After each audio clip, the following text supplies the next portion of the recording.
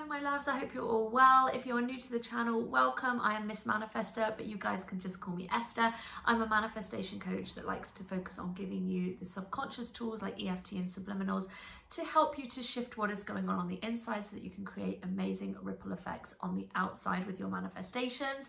And today we're going to be talking about one of my new manifestations, something I've been calling in for a while, which is a new love interest, a new commitment as it were.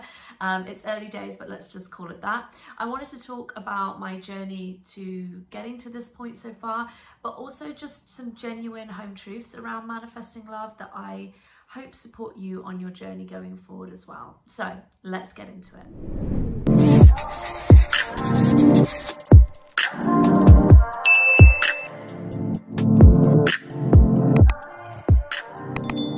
As always, before we jump in, I just want to give a quick disclaimer that this is my reality.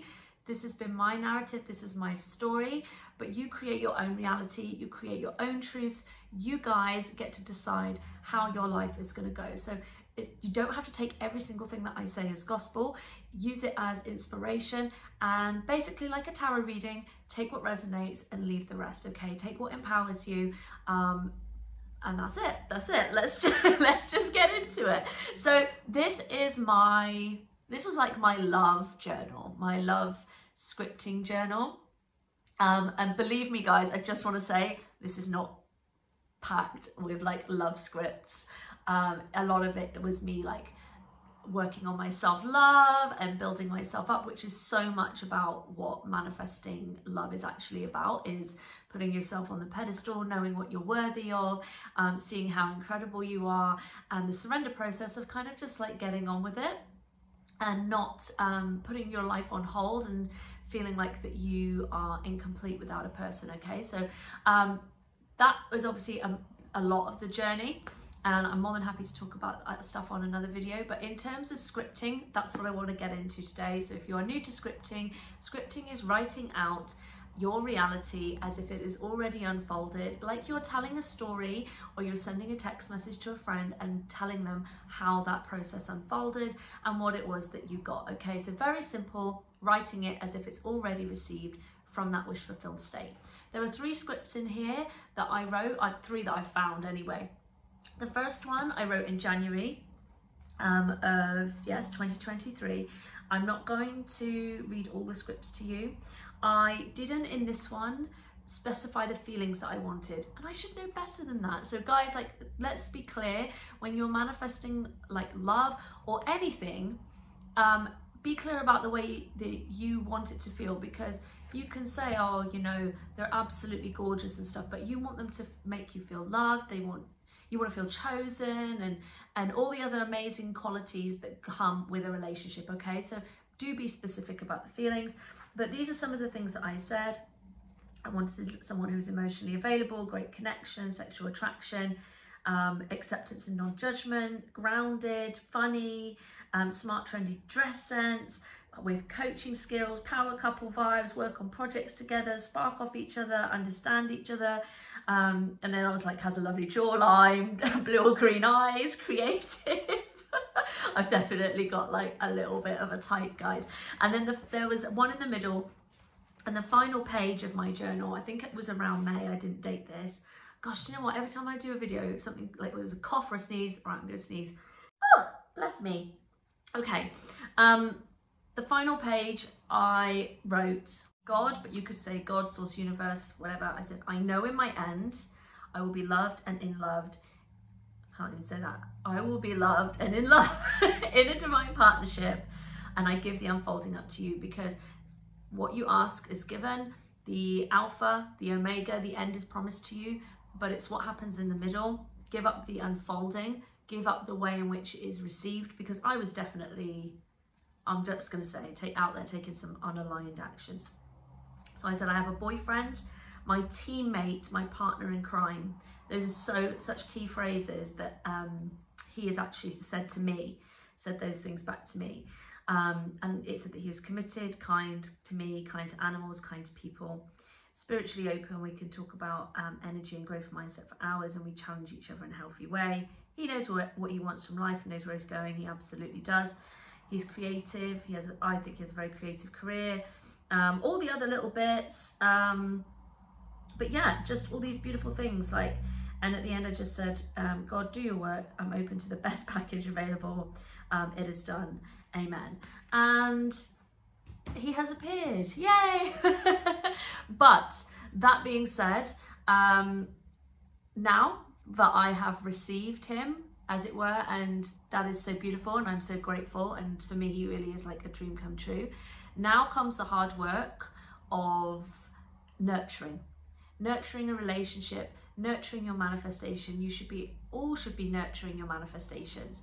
We should always be watering our manifestations with our positive intentions, but particularly in a relationship, this is certainly what I found.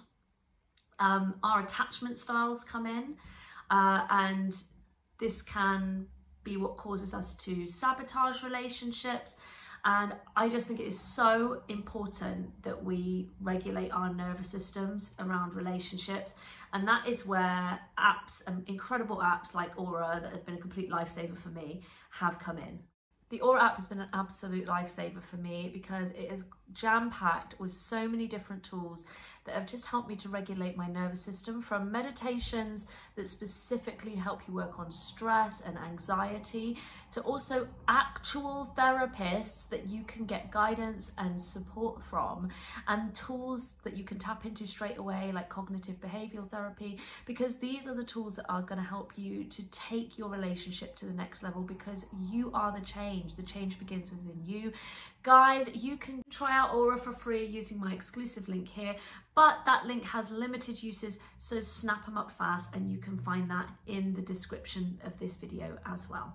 So jumping back into this regulation piece, I personally did a lot of work, a lot of inner work, a lot of EFT, a lot of confidence building ahead of coming into a relationship, okay? And I don't believe anyway that anybody is like fully healed or doesn't have something that is kind of going on with them. It's just about approaching a relationship, being conscious of what goes on with you and how that can show up in a relationship. And we will come back to that in a minute. But absolutely, for me, my experience has been that I'm not going to say it's easier to be single, but when you're single, those aspects of yourself that kind of get triggered in a relationship, they're not being triggered. They weren't being triggered for me. And it's only since being, you know, in the early stages of a relationship that those things have kind of come up. So I think it's really important to have a lot of grace, have a lot of compassion for yourself, and not to get too sucked into that whole narrative of, I have to be fully healed and I have to be this perfect person who doesn't have anything going on. And if I get triggered in a relationship, like, oh my gosh, like it's over, or the relationship isn't perfect, or there's something wrong, like coming back to it, I think a conscious relationship is one where both people are aware of what is going on with them and taking ownership for those things, but then also working on those things and being able to compassionately support each other together. But I kind of just want to let you off the hook that you do not have to be this perfect trigger-free being before you are worthy and deserving and capable of attracting somebody that can love you, can hold space for you, but you do also have that responsibility about how you're going to show up for the relationship going forward. It's not all just about, oh, I manifested it and then that was it. Like, manifestation is a game of being, and what we are being, the way we are showing up, is projected out through us, and obviously can have an impact on the 3D world. So it's very important to understand what you're being, the ways in which you might be, you know, securely showing up, the ways in which you might be insecurely showing up. You know, I have anxious attachment, so I am 100% sure that I've pushed people away before with needy behavior, just calling that as it is.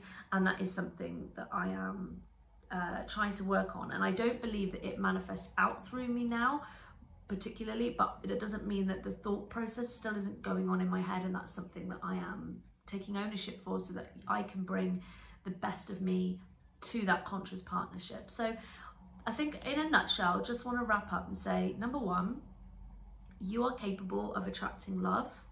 You are worthy of attracting love. You are perfect in your sovereignty, but you are a human being who is going to get bugged sometimes, and that is okay. And love is a choice. Like, you can fall in love with somebody, but I believe it's also a choice. And when we are operating from a place of inner confidence and security, we make better choices because we have better standards and we don't accept breadcrumbs and so on and so forth. And so I think that's just been a really, really massive learning curve for me, is that, especially, like, let's just take dating apps. If people are like, oh, you know what you attract, not every single guy on that dating app is going to be the same. Like, they're not. You could have thousands of people, thousands of guys or girls liking you. They're not all going to be the same type of person, but it's what you choose for yourself. So whether you are manifesting love, or you're manifesting a specific person, or any of this stuff, please focus on the way that you see yourself, the way that you love yourself, seeing yourself as the prize, and also thinking, okay, what do I bring to a relationship? Because we get very much sucked into that whole, like, I need them, I need them, I need them. And it's also about, yeah, the way in which they need to be loved by us, and the magic that we bring, and not losing sight of that. Needing, just like, whether you want to call it, you know, the validation of receiving that specific person text message or whatever it is, but like, actually put yourself back on that pedestal and see yourself for the magic that you are, and that actually those people would be blessed to have you in their lives. But yeah, so I hope this has been some good nuggets of food for thought for you. You can be specific about the things that you want, but be specific about the way that they make you feel, and the way that they treat you, and the way that you are going to obviously make them feel as well. And just do the inner work on yourself. Choose what is right for you. Keep bigging yourself up, loving yourself. And guys, if you want to hear more about this journey, I'm always open to sharing. So if you would like me to keep talking to you about my kind of conscious relationship journey and journey of kind of healing my anxious attachment stuff, then I am all for it. I'm all for it. Just let me know in the comments below. You're all worthy of love. I'm sending you all love, and I will see you guys very, very soon. Take care. Bye.